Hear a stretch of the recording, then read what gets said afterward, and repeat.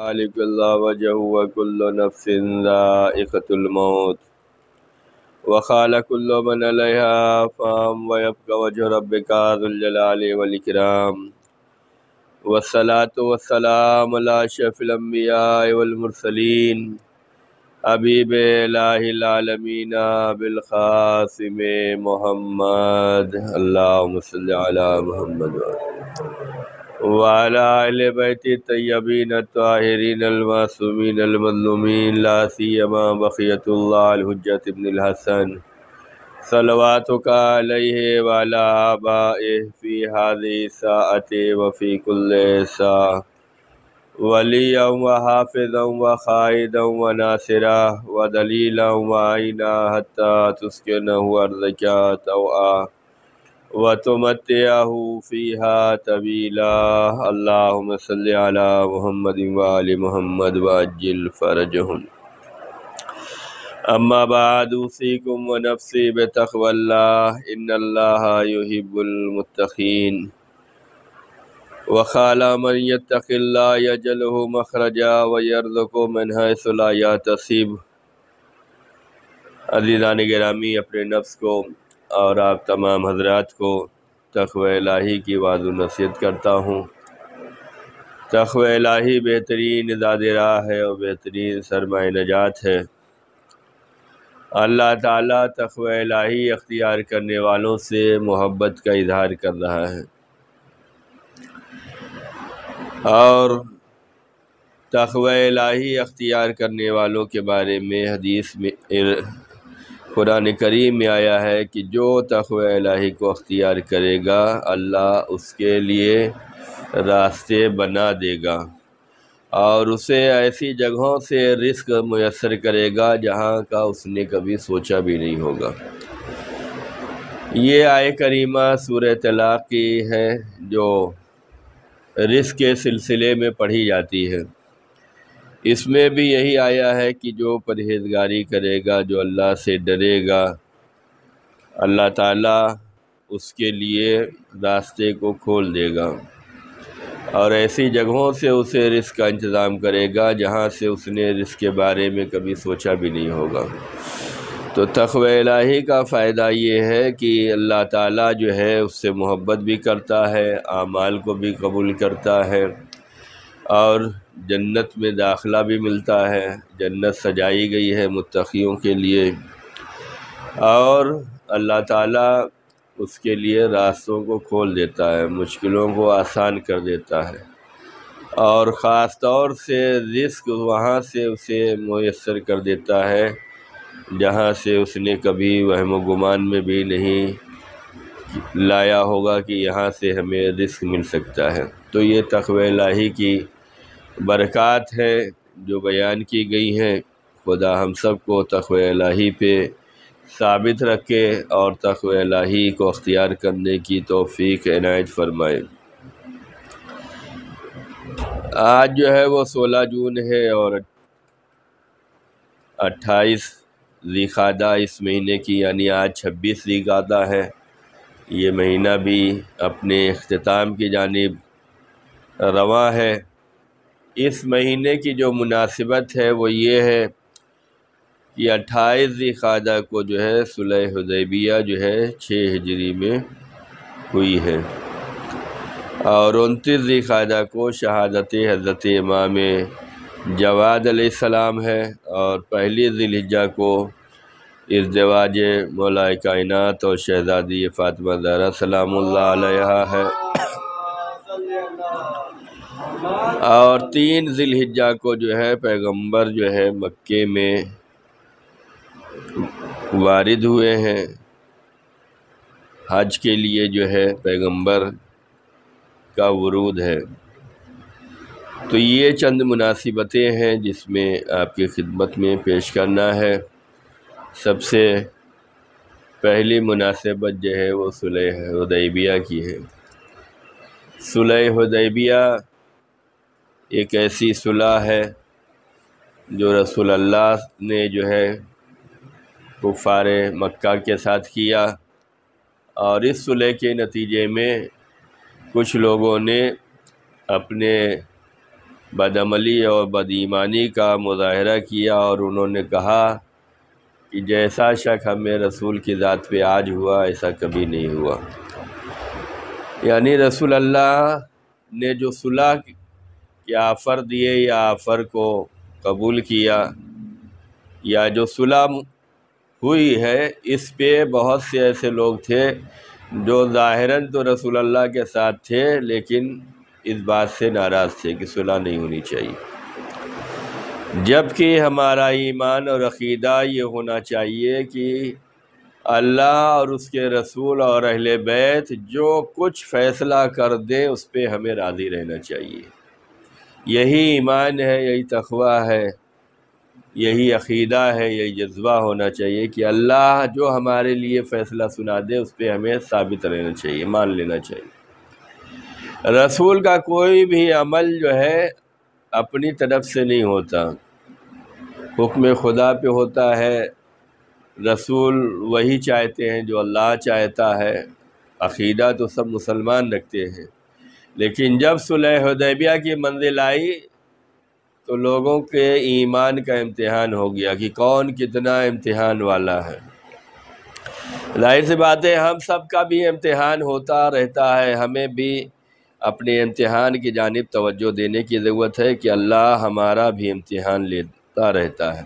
جیسے صلح حدیبیہ کے موقع پر مسلمانوں کا امتحان ہوا، صحابیوں کا امتحان ہوا، نبی کے ساتھ رہنے والوں کا امتحان ہوا، ایسے ہمارا بھی امتحان ہوتا رہتا ہے۔ حدیث رسول صلی اللہ علیہ وآلہ وسلم ہے کہ جو اپنی نمازوں کو ضائع کرتا ہے، پہلے تو رسول اللہ نے یہ فرمایا کہ اپنی نمازوں کو ضائع مت کرو، کیونکہ جو شخص اپنی نمازوں کو ضائع کرے گا روز حشر اس کا شمار قارون اور حامان کے ساتھ ہوگا۔ یعنی ہم تو امت نبی ہیں، لیکن اگر ہم نمازوں کو اپنی ضائع کریں گے تو امت نبی ہونے کے باوجود ہمارا حشر میں جو ہے اٹھنا جو ہے کس کے ساتھ ہوگا؟ قارون اور حامان کے ساتھ ہوگا، اور خداوند عالم منافقوں کے ساتھ اس کو جہنم میں داخل کرے گا۔ یعنی جو اپنی نمازوں کو ضائع کرتے ہیں ان کا شمار منافقوں کے ساتھ ہوگا، منافقوں کے ساتھ انہیں بھی جہنم میں ڈالا جائے گا، اور یہ حشر میں حامان اور قارون کے ساتھ اٹھائے جائیں گے۔ اور اس کے بعد فرمایا افسوس ہو اس شخص پر جو نماز اور اپنے نبی کی سنت کی حفاظت نہ کر سکے۔ تو یہ امتحان تو ہمارا بھی روز ہوتا ہے، ہمارے ایمان کا ہے، عقیدے کا ہے، جذبے کا ہے، عمل کا ہے، محبت کا ہے، یہ امتحان روز ہوتے رہتے ہیں۔ اس امتحان میں اگر کامیاب ہونا چاہتے ہیں تو نمازوں کی حفاظت کریں، نماز کو قائم کریں، نماز کو وقت پر ادا کریں، نماز کا اہتمام کریں، نماز کو عزت دیں۔ نماز کو عزت دینے کا مطلب یہ ہے کہ نماز کو وقت پہ ادا کریں۔ اگر نماز کو وقت پہ ادا کریں گے تو نماز خود نمازی کو دعا دیتی ہے، اور اگر خدا نخواستہ نماز کو وقت پہ نہیں پڑھا گیا، ٹائم پہ نہیں پڑھا گیا، تو نماز جو ہے نمازی کو بد دعا دیتی ہے کہ جیسے تو نے ہمیں ذلیل کیا اللہ تجھے ذلیل کرے۔ تو یہ ہمارا امتحان بھی روزانہ ہوتا رہتا ہے۔ 5 وقت کی نماز ہے، وقت کا ہمیں خیال رکھنا چاہیے۔ تو پہلی مناسبت یہ ہے کہ صلح حدیبیہ ہوئی، رسول اللہ نے صلح کیا۔ ایمان تو یہ ہونا چاہیے تھا کہ رسول جو کچھ کہہ رہے ہیں اسے مان لینا چاہیے، مصلحت وہ جانتا ہے، وہ حکمت جانتا ہے، وہ موقع و محل جانتا ہے، وہ ہماری ہدایت کے لیے آیا ہے۔ لیکن بعض بے ایمانوں نے اور بدعقیدوں نے جو ہے اپنے عقیدے کا اظہار کیا اور کہا کہ جیسا شک آج ہمیں نبی کے اوپر ہوا ہے ایسا کبھی نہیں ہوا۔ اچھا ہوا کہ اس نے اظہار کر کے ہم سب کو بیدار کر دیا کہ نبی کے ساتھ تو رہنے والے بہت ملیں گے، لیکن نبی کی باتوں پر، ان کی تعلیمات پر، ان کی سیرت پر، ان پر جو حق ایمان ہے اس طریقے سے چلنے والے، عمل کرنے والے بہت کم ملیں گے۔ تو پہلی مناسبت یہ ہے کہ 28 ذی القعدہ کو صلح حدیبیہ ہوئی ہے، اور 29 ذی القعدہ کو شہادت حضرت امام محمد تقی علیہ الصلاۃ والسلام ہے۔ یہ امام جن کو امام جواد بھی کہا جاتا ہے اور امام محمد تقی علیہ السلام کہا جاتا ہے، اماموں میں سب سے کم سن امام یہی ہیں۔ ان کی پوری زندگی جو ہے وہ 25 سال کی زندگی ہے، اور اس 25 سال میں جو ہے امام نے 17 سال جو ہے امامت کے فرائض انجام دیے ہیں، یعنی کہ بڑی کم سنی میں جو ہے آپ کو جو ہے امامت کا عہدہ مل گیا تھا۔ امام کی کم سنی کی وجہ سے بعض لوگ جو ہے بدظن ہو گئے، امام کی کم سنی کی وجہ سے بعض لوگ جو ہے وہ بدظن ہو گئے کہ اتنا کم سن امام یہ نہیں ہو سکتے، اور لوگوں نے انہیں امام بھی نہیں مانا۔ بہت سے ایسے لوگ تھے جو 8ویں امام پر ہی رک گئے۔ ایسے رکنے والے کو واقفیہ کہا جاتا ہے، یعنی یہیں پہ انہوں نے وقف کر دیا، یہیں پہ اسٹاپ کر دیا کہ اب کوئی امام نہیں ہے۔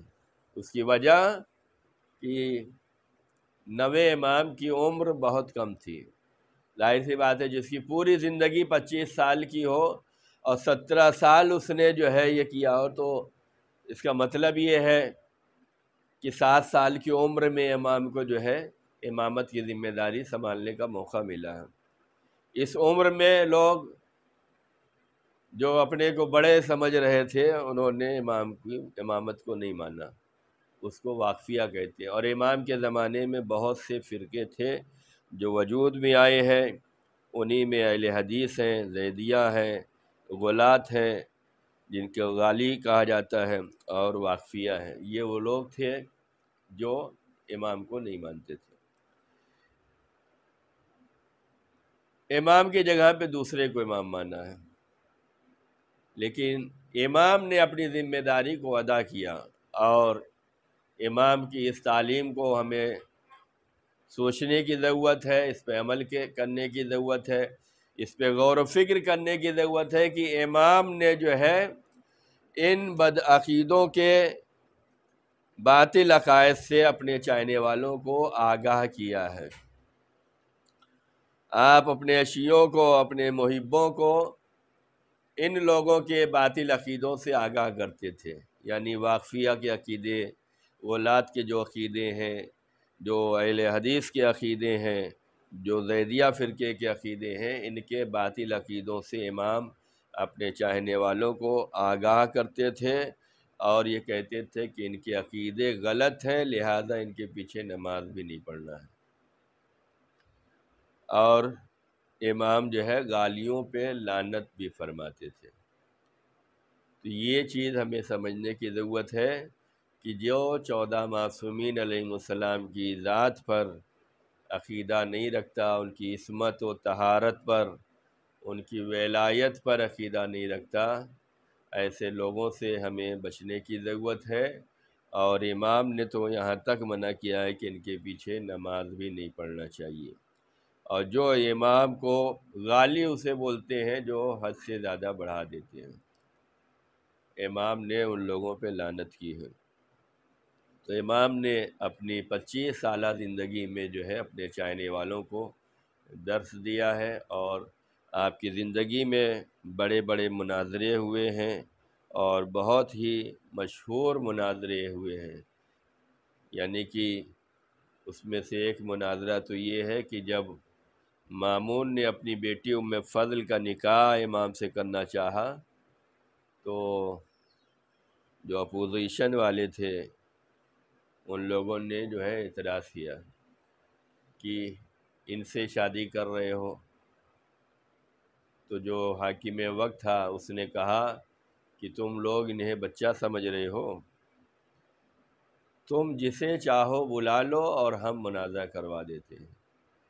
حالانکہ بعض علماء نے اس جانب اشارے کیے ہیں کہ یہ جو درباروں میں جو مناظرے اتنے رکھے گئے، اس میں کئی وجہ ہوتی تھی۔ ایک تو حکومت بھی یہ چاہتی تھی کہ کسی طریقے سے معاذ اللہ امام زیر ہو جائے، اس لیے وہ اتنے بڑے پیمانے پہ، اعلیٰ پیمانے پہ جو ہے مناظرے رکھواتا تھا کہ کہیں سے کوئی کمی نکل آئے، کہیں سے کوئی نقص آ جائے، کہیں سے یہ کہہ دیں کہ ہمیں نہیں معلوم۔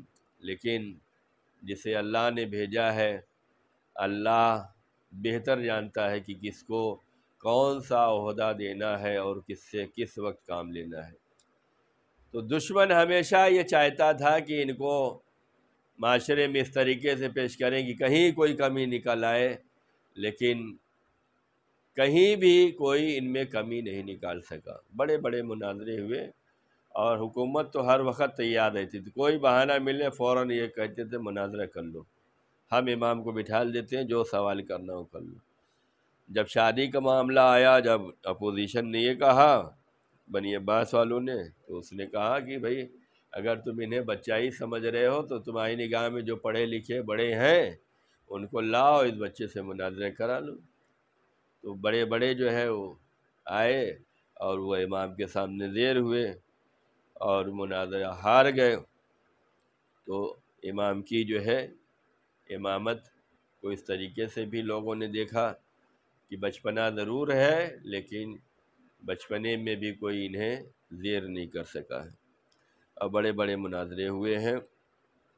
امام کی حدیث ہم سب کے لیے غور و فکر کرنے کی ضرورت ہے کہ امام فرماتے ہیں دوستوں اور بھائیوں کی ملاقات دل کی تراوت اور نورانیت کا سبب بنتی ہے۔ یعنی صرف ہم اپنے میں نہ لگے رہیں، اپنے گھر میں قید ہو کر نہ رہیں، اپنے کاروبار میں ہی فقط قید ہو کر نہ رہیں، بلکہ ہمیں اپنے گھر اور اپنے کاروبار کے ساتھ ساتھ دوستوں اور بھائیوں کے لیے بھی وقت نکالنا چاہیے۔ اس لیے کہ امام جواد علیہ السلام فرماتے ہیں کہ دوستوں اور بھائیوں کی ملاقات دل کی تراوت کا سبب ہوتا ہے، دل کی خوشی کا سبب ہوتا ہے اور نورانیت کا سبب ہوتا ہے۔ اور دوستوں اور بھائیوں سے ملاقات جو ہے یہ عقل میں اضافے کا سبب ہوتا ہے۔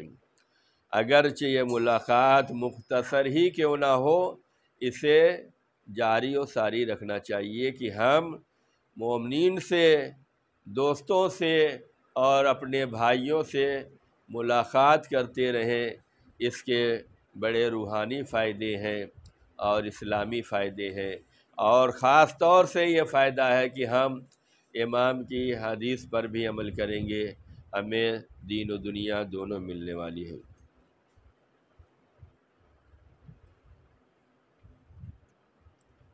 اور اس کے بعد ایک چیز یہ بھی آج بیان کر دیا جائے کہ جو ہم کرتے تو ہیں لیکن شاید کچھ ہی لوگ ہوں جو اس جانب متوجہ ہوں کہ جب ہم تدفین میں شرکت کرتے ہیں، کسی کے دفن میں شرکت کرتے ہیں، نماز جنازہ میں شرکت کرتے ہیں، تو تدفین ہونے کے بعد جو ہے قبر پر انگلیوں کو دھسا کر جو 7 مرتبہ سورہ انا انزلنا پڑھا جاتا ہے، اس کا ثواب کیا ہے؟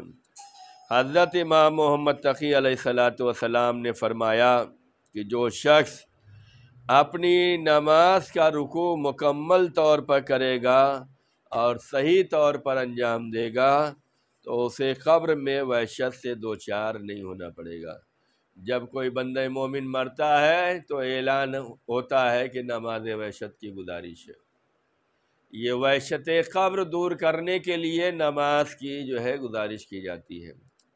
لیکن اگر ہم اپنی نماز کے رکوع کو سکون اور اطمینان کے ساتھ اور مکمل طور پر اگر اس کو ادا کریں گے تو امام فرماتے ہیں تمہارا رکوع کو باقاعدہ انجام دینا یہ تمہیں وحشت قبر سے جو ہے محفوظ رکھے گا۔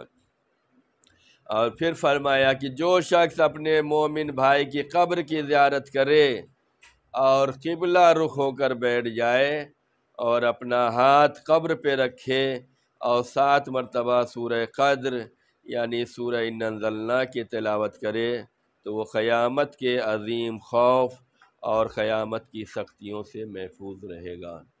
یعنی اگر ہم کسی بندے مومن کے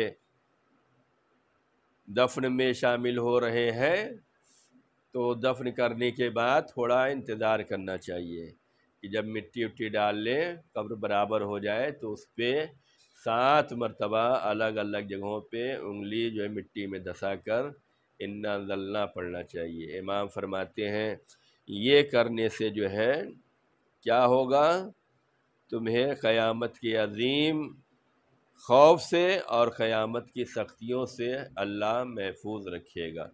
تو اگر ہم نماز میں اپنے رکوع کو باقاعدگی کے ساتھ بجا لائیں گے تو وحشت قبر سے بھی محفوظ رہیں گے، اور کسی مومن کے جنازے میں شریک ہو کر اس کی قبر پر 7 مرتبہ سورہ قدر کی تلاوت کریں گے تو قیامت اور اس کی سختیوں سے بھی ہم محفوظ رہیں گے۔ تو یہ امام محمد تقی علیہ السلام کی شہادت کی مناسبت سے آپ کی خدمت میں پیش کیا ہے۔ ایک مناسبت جو اگلے مہینے ہے، ذی الحج کا مہینہ ہے، اور اس میں پہلی ذی الحج جو ہے ازدواج مولا علی اور جناب زہرا سلام اللہ علیہا ہے۔ یہ دن بھی بڑی خوشیوں والا ہے، اور اس دن میں ہمارے یہاں جو ہے بہت سی شادیاں ہوتی ہیں۔ ہمیں ہر معاملے میں اہل بیت کی سیرت پہ چلنے کی ضرورت ہے۔ بعض دفعہ ہوتا یہ ہے کہ ہم تاریخ تو اچھی رکھتے ہیں لیکن کام اچھے نہیں کرتے۔ تاریخ اچھی ہے، یعنی پہلی ذی الحج جو ہے مولا علی اور جناب زہرا کی عقد کی تاریخ ہے، تاریخ اچھی ہے، دن اچھا ہے۔ اس دن میں جو شادیاں ہو رہی ہیں تو ان شادیوں میں وہ چیزوں کا خیال رکھنا چاہیے کہ ہم کوئی ایسا کام نہ کریں جو حرام تک پہنچا دے۔ اس لیے کہ اگر آپ نے جو ہے اہل بیت کی راہ پہ چلنا چاہا ہے تو آپ پر ضروری ہے کہ ان کی تاریخ کو آپ اپنا رہے ہیں، وہ فضیلت کے دن کو حاصل کر رہے ہیں، تو ایسے دن میں انسان کو زیادہ پرہیزگاری دکھلانے کی ضرورت ہے۔ اس دن اگر شادیاں ہوں تو ان شادیوں کے اہتمام میں جو ہے فعل حرام نہ ہونے پائے۔ فعل حرام بہت ہو جاتا ہے۔ مثال کے طور پر نامحرم ایک دوسرے سے ملتے ہیں، یہ حرام کام ہے۔ ہمارے ہاں جو فوٹوگرافی ہوتی ہے اس میں بھی یہ بھی حرام ہوتا ہے۔ بعض لوگ سوچتے ہیں زندگی کا پہلا مرحلہ ہے، یادگار موقع ہے، تو یہ بھی سوچیں کہ جس بنیاد میں ہی حرام شامل ہو جائے گا تو پھر اس میں کیا ملنے والا ہے۔ احتیاط کرنا چاہیے ہمیں۔ آج کا زمانہ تو ایسا ہے کہ ہر ایک کے پاس بہترین سے بہترین موبائل ہے۔ آپ اپنے ہاتھوں سے ویڈیو بنائیں، فوٹو رکھیں، اس لیے کہ آپ نے دن تو اچھا چنا، تاریخ اچھی چنی، مناسبت اچھی سنی، آپ نے چنی ہے، آپ کا اظہار، آپ کا عقیدہ، آپ کی محبت کہ اس دن میں ہمیں شادی کرنا ہے، تو وہیں پر یہ بھی خیال رکھنا چاہیے کہ اس دن کا اور اس ذات کا، اس تاریخ کا احترام کرتے ہوئے ہمیں حرام کاموں سے بھی بچنا چاہیے۔ جس کو دعوت پہ بلا رہے ہیں اس کا بھی احترام کرنا چاہیے کہ اس مناسبت سے شادی ہے، اس مناسبت کا خیال رکھنا ہے۔ تو یہ چیزیں ہمیں آگاہ رہنا چاہیے، ہمیں بیدار رہنا چاہیے۔ مولا علی کی شادی اور جناب زہرا کی شادی بڑی عظیم شادی ہے۔ پہلا نکاح جو ہے آسمان پر پڑھا گیا ہے، اور یہی ایک نکاح ہے جو آسمان پہ بھی ہوا اور زمین پہ بھی ہوا۔ زمین پہ تو سب کے نکاح ہوتے رہتے ہیں، سب اپنے اعتبار سے یادگار مناتے رہتے ہیں، لیکن اللہ تعالیٰ نے جو شرف و بزرگی اور فضیلت اور کمالات جناب زہرا سلام اللہ علیہا اور مولا کائنات حضرت علی بن ابی طالب علیہ السلام کو عطا فرمایا ہے، وہ کائنات میں کسی کو نہیں ملا کہ ان کا نکاح جو ہے عرش الہی پہ پروردگار عالم نے جو ہے پڑھا، اور اس کے بعد زمین پر جو ہے رسول اللہ صلی اللہ علیہ وآلہ وسلم نے پڑھا ہے۔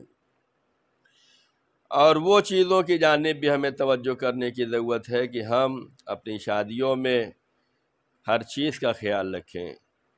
جہیز جب مانگنا ہوتا ہے، لینا ہوتا ہے، تو تعلیمات اہل بیت بھول جاتے ہیں۔ تب تو معاشرے میں یہ رائج ہے، ہمارے خاندان میں یہ رائج ہے، ہمارے ہاں شادی ہوئی یہ ملا، تب ہمارے یہاں کی بات آ جاتی ہے۔ لیکن جب مہر دینا ہوتا ہے تو مہر فاطمی یاد آتا ہے۔ مہر فاطمی 14,000 نہیں ہے، مہر فاطمی 5,000 نہیں ہے، مہر فاطمی 500 درہم ہے، جو آج کے زمانے میں 1500 گرام چاندی بنتا ہے۔ 1500 گرام کا مطلب ہوا 1.5 کلو چاندی۔ 1.5 کلو چاندی کا آپ قیمت نکال لیں کتنا ہوتا ہے۔ یہ مہر فاطمی ہے، اور اس کے علاوہ بھی بہت سی مہر ہے۔ یہ پانی بھی مہر فاطمی میں ہے، یہ کائنات بھی مہر فاطمی میں ہے۔ یہ جذبہ تو آپ کو اچھا ہے کہ مہر فاطمی ہو، لیکن وہیں پہ تعلیمات فاطمی بھی ہو، سیرت فاطمی بھی ہو، کردار فاطمی بھی ہو، تو ہماری شادیوں میں اور نکھار آ جائے گا۔ جہیز جو ہے، رسول اللہ نے مولا علی علیہ السلام سے جو مہر لیا ہے، اسی مہر سے جو ہے جہیز کی تیاری ہوئی ہے۔ اور اس جہیز کو لانے والوں میں جناب سلمان اور رسول اللہ کے دوسرے صحابہ ہیں، جسے رسول اللہ نے وہ مہر جو مولا علی علیہ السلام نے اپنی ذرا بیچ کر رسول اللہ کو دی، اسی پیسوں سے مہر جو ہے جہیز آیا ہے۔ اور جہیز سب تو بولتے ہیں کیسی لعنت ہے، لیکن یہ دونوں طرف سے کبھی کبھی خراب ہو جاتا ہے۔ بعض لوگ لینا نہیں چاہتے تو زبردستی دیا جاتا ہے کہ ہم خوشی سے دے رہے ہیں، اور بعض لوگ تو زبان ہی کھول دیتے ہیں۔ اور بعد میں اس کی مشکلات بڑھتی ہیں۔ شادی کرنے سے پہلے خاندان دیکھ لینا چاہیے، طور طریقہ اس کا کیا ہے، اسلامی تعلیمات ہے یا نہیں ہے۔ آپ شروع میں تو دیکھتے نماز روزے کی پابند ہے یا نہیں ہے، اس کے بعد اپنے گھر میں لانے کے بعد کیا اس کے نماز روزے کی پابندی برقرار رہتی ہے یا نہیں رہتی ہے۔ جہیز کبھی یہ بھی مسئلہ بن جاتا ہے کہ بعد میں جو ہے وہی لڑکی والے، وہی لڑکی تانا دیتی رہتی ہے، ہمیں تو جہیز میں یہ ملا، ہمیں یہ ملا۔ یہ جہیز لعنت ہو جاتی ہے۔ اور بعض تو ایسی ہیں جو آنے کے بعد دھیرے دھیرے سامان سب اپنے گھر شفٹ ہو جاتا ہے، لیکن سماج میں دکھلا کر کہ ہم نے اتنا جہیز دیا، ہم نے اتنا دیا، اپنی بیٹی کو دیا ہے۔ تو یہ وہ چیزیں ہیں جس میں ہمیں دیکھنے کی ضرورت ہے اور سمجھنے کی ضرورت ہے۔ اہل بیت اطہار علیہ السلام کی تعلیمات ہی ہمیں نجات دلا سکتی ہے، ہمیں خوشحالی دلا سکتی ہے، دین و دنیا سنوار سکتی ہے۔ جناب رسول خدا نے جو ہے مہر کی رقم لینے کے بعد اسی سے جہیز لیا ہے، اور اس کے بعد جو ہے رسول اللہ نے اور مولا علی نے مل کر جو ہے ولیمہ کیا ہے۔ شادی کا ولیمہ یہ سنت ہے، دونوں نے مل کر ولیمہ کیا ہے۔ تو یہ شادی کے موقع پر جو ہے ہمیں خوشی تو منانا چاہیے، اور اگر ہمارے گھروں میں اس تاریخ میں شادیاں ہیں تو ہمیں زیادہ خیال رکھنے کی ضرورت ہے کہ ہم نے ان کے نام پہ رکھی ہے، ان کی ذات پہ رکھی ہے، ان کی یاد میں رکھی ہے، تو ہمیں زیادہ خیال رکھنا چاہیے کہ ہم انہی کی راہ پہ چلیں، ان کی راہ سے بھٹکنے نہ پائیں۔ خدا ہم سب کو یہ توفیق دے کہ ہم در اہل بیت پہ ثابت قدم رہیں، اور در اہل بیت پہ ثابت قدمی کے ساتھ ساتھ دوسروں کا بھی خیال رکھیں، تعلیمات اہل بیت پر عمل بھی کریں، تعلیمات اہل بیت کو لوگوں تک پہنچاتے رہیں۔ خدا ہم سب کو توفیق دے۔ بسم اللہ الرحمن الرحیم، انا احسن الحدیث وابلغ الموعظہ کتاب اللہ۔ اعوذ باللہ من الشیطان الرجیم، بسم اللہ الرحمن الرحیم۔ انا اعطیناک الکوثر فصل لربک وانحر ان شانئک هو الابتر۔ اللہم صل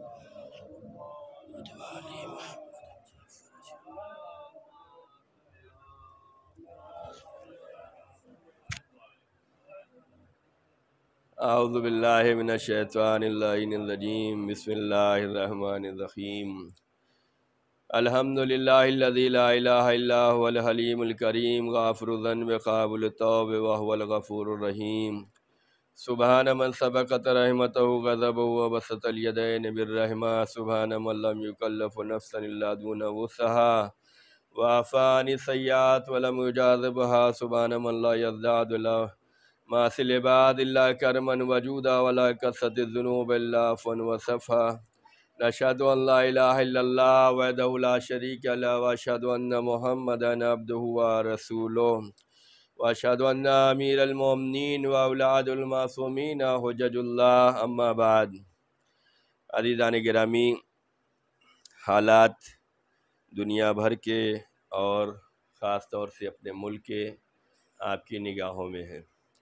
اسلام کے خلاف کتنی سازشیں کی جا رہی ہیں اور مسلمانوں کو بدنام کیا جا رہا ہے، پرانے مردے اکھیڑے جا رہے ہیں اور الیکشن کی تیاریاں کی جا رہی ہیں۔ اس موقع پہ ہم سب کی ذمہ داری ہے کہ ہم سب ہوش اور حواس سے کام لیں اور دین پر اپنے پابند رہیں۔ لوگ ہمیں بھڑکائیں گے، لوگ ہمیں جوش دلائیں گے، ہمیں صبر و تحمل سے کام لینا ہے اور دین بھی نہیں چھوڑنا ہے، دین پہ ثابت قدم رہنا ہے۔ ٹی وی کی ڈیبیٹ آپ دیکھ لیں، یوٹیوب پہ جتنے چینل چل رہے ہیں اس پہ دیکھ لیں، سب اسلام کے خلاف نہ جانے کتنی فلمیں بنا ڈالی گئیں مسلمانوں کو بدنام کرنے کے لیے۔ نفرتوں کا بازار لگا ہوا ہے، ان نفرتوں کے بازار میں ہمیں ایسے ہی گزر جانا ہے جیسے بازار مصر میں جناب یوسف گزر گئے تھے۔ اپنا ایمان بھی بچائے تھے اور اپنا عقیدہ بھی بچائے تھے۔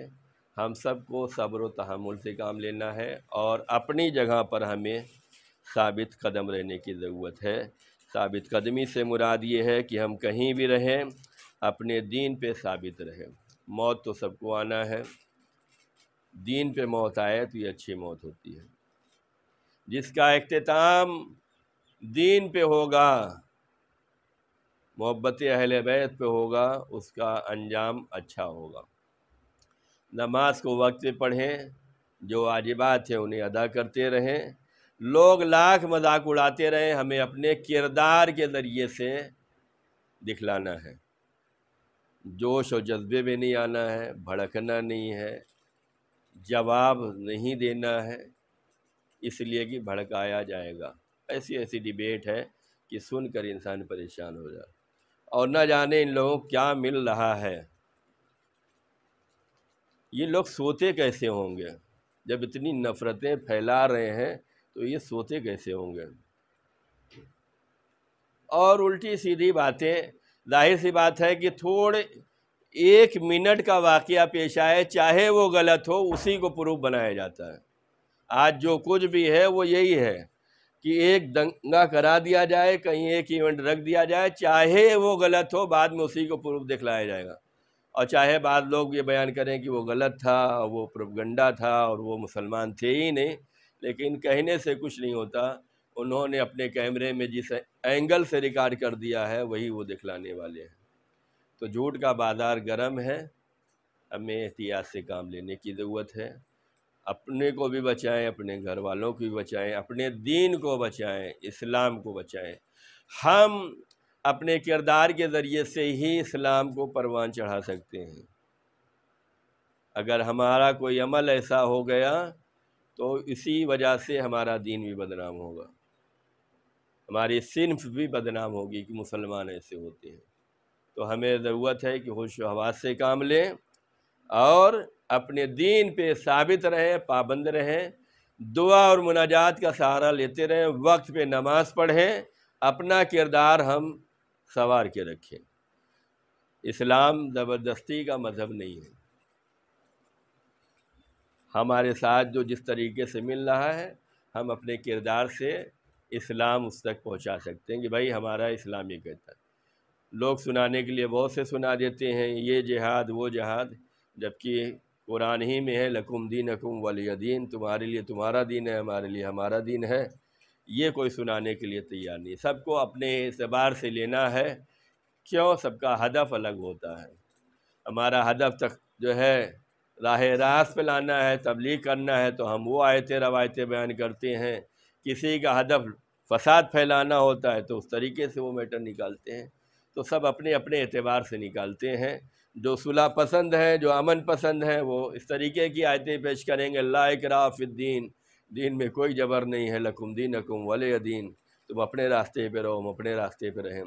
لیکن جن کو فساد پھیلانا ہے، فتنہ کرنا ہے، الیکشن کی تیاری کرنا ہے، جنہیں بڑی بڑی رقمیں ملنے والی ہیں، وہ تو وہی بولیں گے۔ اور ہر زمانے میں انسان بکے ہیں، ہر زمانے میں لوگ خریدے گئے ہیں۔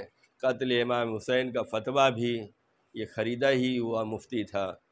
فوج یزید میں جتنے شامل ہوئے یہ سب خریدے ہوئے لوگ تھے۔ تو ہر زمانے میں ایسے رہا۔ ایماندار اپنے ایمان اور عقیدے کو بچا کے رکھیں، اس لیے کہ یہی خدمت ہے جو ہم انجام دے سکتے ہیں۔ بہت سے عمل تو بہت چھوٹے چھوٹے ہوتے ہیں لیکن جزا اس کی بہت زیادہ ہوتی ہے۔ جیسے کہ ہم نے سنا ہے اور آپ نے بھی سنا ہوگا کہ تسبیح جناب زہرا نماز کے بعد پڑھنے سے 1000 رکعت کا ثواب جتنا ہے اتنا ایک تسبیح زہرا کا ثواب ہے۔ نماز کے بعد بغیر پہلو بدلے، بغیر بات کیے ایک تسبیح زہرا، امام فرماتے ہیں 1000 رکعت نماز کا ثواب، اور ایک تسبیح زہرا ایک طرف۔ ایسے ہی رسول اللہ نے فرمایا کہ لقمہ حرام سے اپنے کو بچا لے جانا، یہ بڑا سخت امتحان ہے کہ لقمہ حرام سے اپنے کو بچا لیں۔ یہ ذائقہ تھوڑی دیر کا ہوتا ہے، یہ مزہ تھوڑی دیر کا ہوتا ہے، لیکن اس کی سزا بہت بڑی ہوتی ہے۔ اپنے کو لقمہ حرام سے بچا لے جانا، ایک لقمہ حرام سے بچانا، نبی فرماتے ہیں 1000 رکعت نماز پڑھنے سے زیادہ افضل ہے۔ ہم جو اپنے ذائقے کو جو ہے حرام سے اگر ملوث نہ کریں، بچا لے جائیں۔ اور آج کے زمانے میں سمجھانا تو بالکل آسان ہے، ہر آدمی بوٹل ہی پی رہا ہے، فیورٹ پی رہا ہے، RO پی رہا ہے، بسلری پی رہا ہے، کیوں؟ عام پانی کیوں نہیں؟ کہا یہ اچھا ہے، یہ صحت کے لیے ہے، یہی حلال و حرام بھی ہے۔ جو حلال ہے وہ ہماری صحت کے لیے فائدہ مند ہے، جو حرام ہے وہ ہماری صحت کے لیے نقصان دہ ہے۔ ہم تمہیں پلانے نہیں جا رہے ہیں، ہم اپنی صحت کا خیال رکھ رہے ہیں۔ ہم بھی اپنی صحت کا خیال رکھ رہے ہیں، تم بھی اپنی صحت کا خیال رکھ رہے ہیں۔ تم ہر پانی نہیں پی سکتے، ہم بھی ہر پانی نہیں پی سکتے، ہر کھانا نہیں کھا سکتے، ہر جگہ نہیں جا سکتے۔ ہمیں اپنی صحت کا خیال ہے، اور صحت کے معاملے میں تو ہر انسان جلدی سے سمجھ جاتا ہے۔ تو ہمیں بہترین طریقے سے سمجھانے کی ضرورت ہے، اور یہ دعا مانگنے کی ضرورت ہے کہ پروردگار ہمارے عمل میں اخلاص دے اور ہماری زبان میں اثر دے، کہ جو بات ہم کہیں وہ لوگوں تک پہنچ سکے۔ اس لیے کہ بعض دفعہ ہمارے جذبات ایسے ہوتے ہیں کہ کہنا کچھ چاہتے ہیں، زبان سے کچھ نکلتا ہے اور لوگ کچھ اور سمجھتے ہیں۔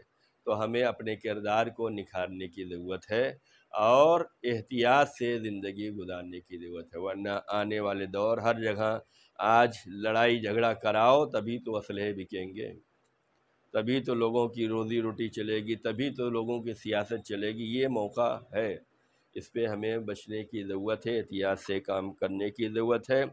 اور احتیاط یہی ہو سکتی ہے کہ ہم واجبات کو ادا کرتے رہیں، اپنے اور اپنے گھر والوں کا خیال رکھیں، اپنے دوست احباب کا، اپنی کمیٹی کا خیال رکھیں۔ یہی ہمیں دین و دنیا میں سرخرو کر سکتا ہے۔ بسم اللہ الرحمن الرحیم، ان اللہ و ملائکتہ یصلون علی النبی یا ایھا الذین آمنوا صلوا علیہ وسلموا تسلیما۔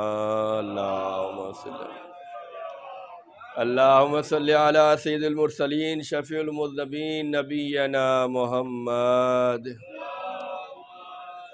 اللہم صل علی سید الوصین امیر المومنین علی ابن ابی طالب۔ اللہم صل علی سید النساء العالمین فاطمہ بنت رسول اللہ۔ اللہم صل علی الحسن بن علی مجتبیٰ۔ اللہم صل علی الحسین بن علی شہید کربلا۔ اللہم صلی علی علی ابن الحسین زین العابدین، اللہم صلی علی محمد ابن علی باقر النبیین، اللہم صلی علی جعفر ابن محمد الصادق، اللہم صلی علی موسیٰ ابن جعفر الکاظم، اللہم صلی علی علی ابن موسیٰ الرضا، اللہم صلی علی محمد ابن علی تقی الجواد، اللہم صلی علی علی ابن محمد حاج النقی، اللہم صلی علی الحسن ابن علی الزکی العسکری، اللہم صلی علی مولانا صاحب العصر والزمان الحجت ابن الحسن القائم المہدی، صلواتک علیہ وعلی آبائہ فی هذه الساعة وفی کل ساعة ولیا وحافظا وقائدا وناصرا ودلیلا وعینا حتی تسکنہ ارضک طوعا وتمتعہ فیہا طویلا۔ پروردگار ہم سب کی حاضری کو قبول فرما، ہم سب کی نماز روزوں کو قبول فرما، ہم سب کی عبادتوں کو قبول فرما، اس نماز کی میں شرکت کا بہترین سے بہترین اجر میسر فرما۔ پروردگار ظہور حضرت امام زمان میں تعجیل فرما، ہم سب کو امام کی راہ پہ ثابت قدمی عنایت فرما، ہم سب کا شمار امام کے خادم و ناصروں میں قرار فرما۔ بسم اللہ الرحمن الرحیم، قل هو اللہ احد اللہ الصمد لم یلد ولم یولد ولم یکن لہ کفوا احد۔